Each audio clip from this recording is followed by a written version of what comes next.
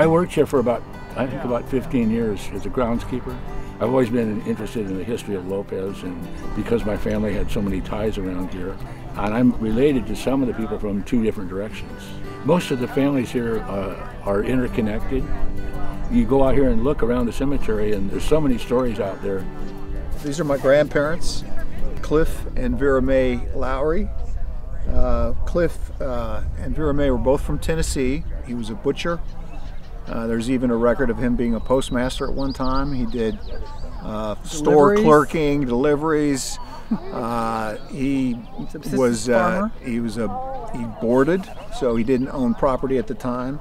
But eventually he did, and he ended up with a house that was built in 1908 down at Richardson. That Richardson community, you know, that was a lot of the people that are standing out here, their grandparents and great-grandparents were the contemporaries of Clifford and Vera Mae Lowry. There was a contingent in Richardson that made a lot of the things in Richardson happen, and they were all good friends.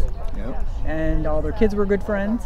Vera Mae was a very, she had a loud voice, so when you were a small child and you were on the Jones Bay Beach, you could just about hear her calling to you from their house at Richardson. Half a mile away. Get back for lunchtime. Over there's my great-grandpa, Jim McCauley. I remember him. See, the land kind of dictated who was going to settle. That's right, that's right. Because rocky soils are something that Irish people love. That's right. So this land right in here is just like almost like a gravel pit. They saw value in it. They pride themselves on those big rock piles that they take a stone boat and go out and pick rocks. See, the McCauleys were beyond. This 80 was Buchanan. He's the guy that built this church. Oh, this church, okay. And then Jane McCauley was a Buchanan. That was Jim Buchanan's sister. And they had the 120 acres just adjacent, just across the Carragard Road. And at the end of Carragard Road was a Danish family, the Carragards, basically. Yes. And they also saw value in rocky soil. The Danes did, not the Dutch, but the Danes did.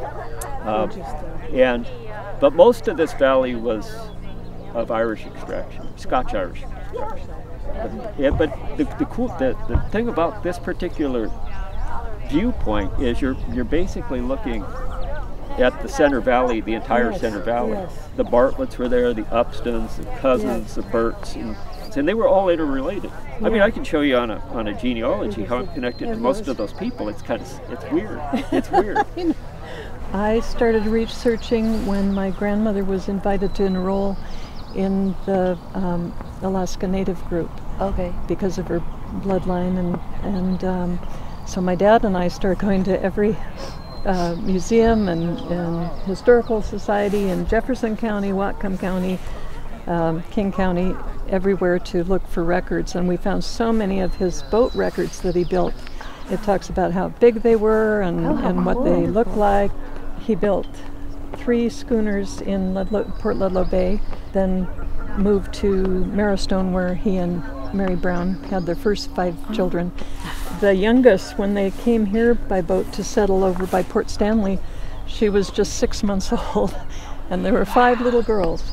Can you imagine? Yeah. And were they fishing schooners, or were they? No, he carried the mail and potatoes and apples from transport. Tumwater to Victoria.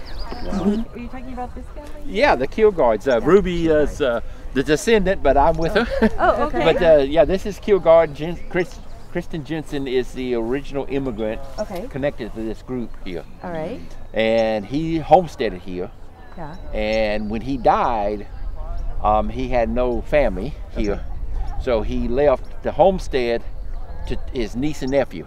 Oh, had they come out? Well, the nephew, Nielsen, was in North Dakota and had homesteaded there. Oh, okay. And then we have the paperwork where the lawyer out of Friday Harbor was writing to Denmark to Anna Nielsen, saying, hey, you've inherited this 80 acres, you know, ... And we corresponded back and forth. And in 1913, shortly after that, they're on the ship, the SS United States from Copenhagen, to Ellis Island, and they came through, and we believe they pretty sure they came by train from Ellis Island. That New is York. a journey. Yeah, to Seattle. Yeah. And then got a boat, someone to bring them over here.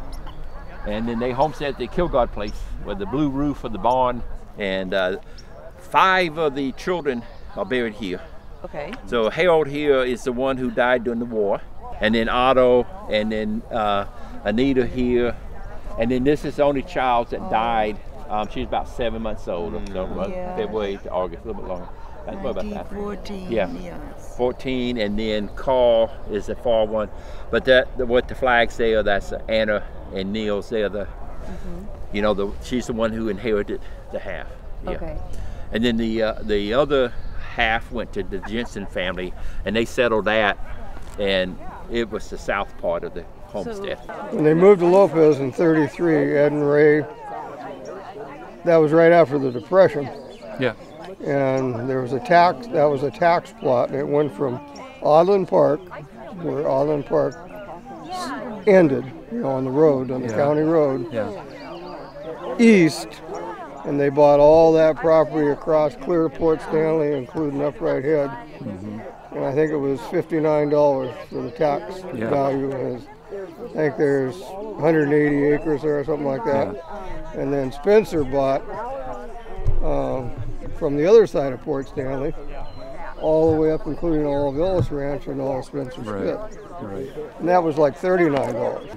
That Humphrey Head was a rock quarry. That rock mill ran for 5, 6, 7 years. So now Grandma Hughes, she'd cook all the lunches for the guys and take them down the wagon, and there was a whole crew of guys down there, 30, 40 guys working in the mine, at the rock mine.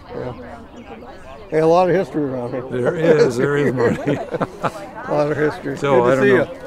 There's, if you want a picture, that's a picture. There's a character. Louis Washburn. Louis Washburn came to the island in 1942 and from California, and he was a college professor down there at Cal Poly, and he wanted to become a dairy farmer. Dad found a farm for sale over here, 120 acres, and came up and looked at a working dairy farm, had everything he needed. He was just thankful for the island. Of course, he had made a lot of contributions, in a sense, to the island and to the people here. There's about 300 people here when I grew up. I was born and raised here. I was born in '45. And my mother, Catherine, had the honor of having the clinic named after her. She died in '71. The clinic opened up in '74. Our spaces are right next to theirs. I am a 5th generation, maybe 6th, I always get it confused, descendant. My mom was born here, my grandfather, his father, and I guess then it gets to the 1860s when my great-great-grandmother emigrated here, and she was a Weeks. And kind of there's been Weeks here ever since. So, and this is my cousin who lived here and died very young, and my great-grandfather here, and my grandparents there, and mom's over there too. So a lot of Weekses here. This started kind of as a joke. Phil liked to be the center of attention. He liked to talk, and people liked to talk to Phil. Skip Clark, who does the internment here, decided that we needed to be able to talk to Uncle Phil whenever we wanted to. So this pipe goes down to the casket, and you can talk to Uncle Phil right down there. If you're listening, Phil. He was a good guy. He loved to carry candy around for the kids, and really kind man. Nobody's ever heard him answer back yet, though. That's actually my true grandpa, my blood grandpa, who was killed when he was 25 in a fishing accident.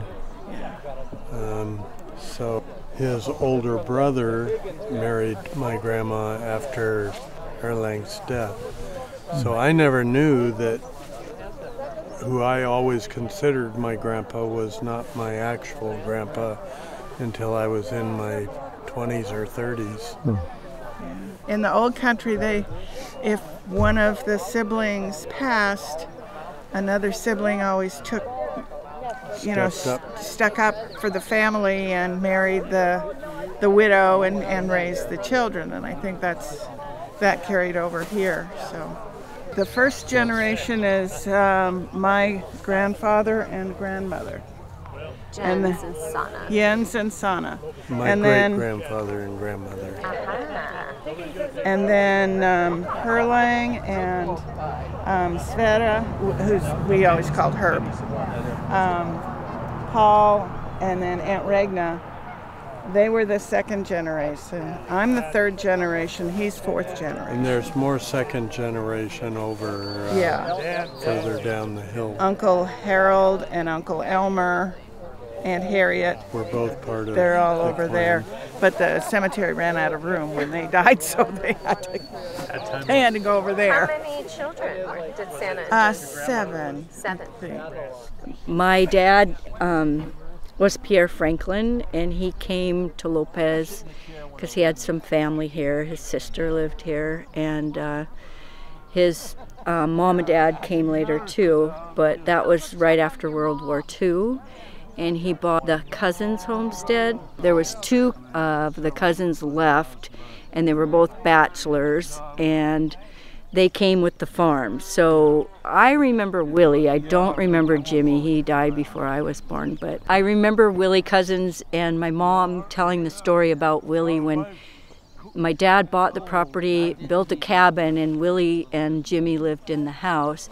And she would invite him over for dinner, but Willie was this old, that I remember, old decrepit guy, and he had fingernails that were about 3 inches long, and the first time that he used his fingernails for salad tongs was the last time he came to dinner at my mom's house.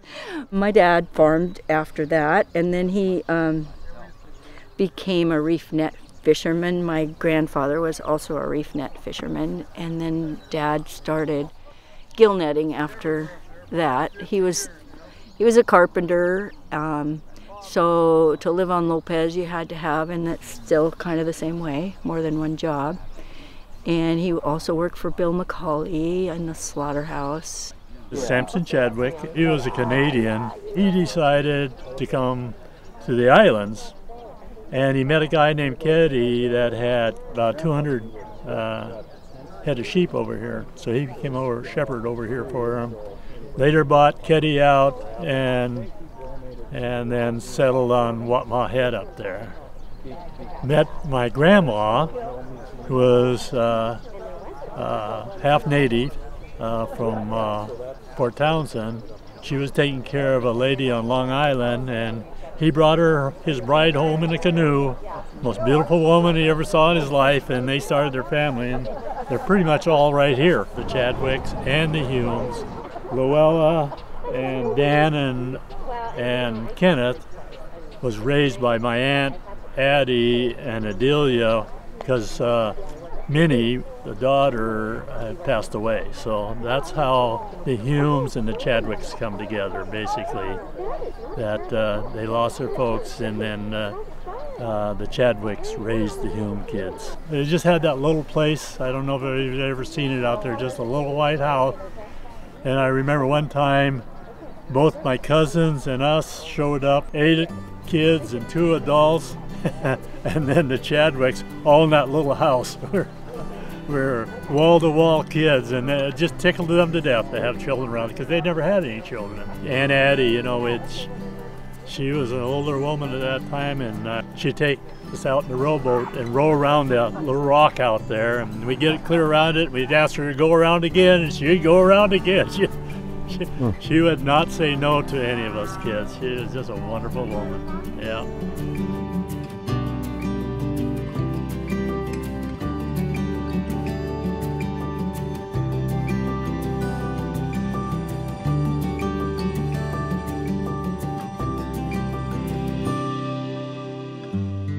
It was a real quiet community until about the 60s, 1960s, when it started to, we got found by the outside world, and people began to come back here and move in here. And fortunately, the people who are attracted to live here are the people who seem to be looking for the same kind of thing, the trust in each other and the cultural things. You can't retire and do nothing here. I mean, you're all of a sudden you're on 4 or 5 boards and you know, doing all kinds of work for different people and community service and all that sort of stuff. So it's a great thing about it. A lot of people here working very hard for a lot of different things.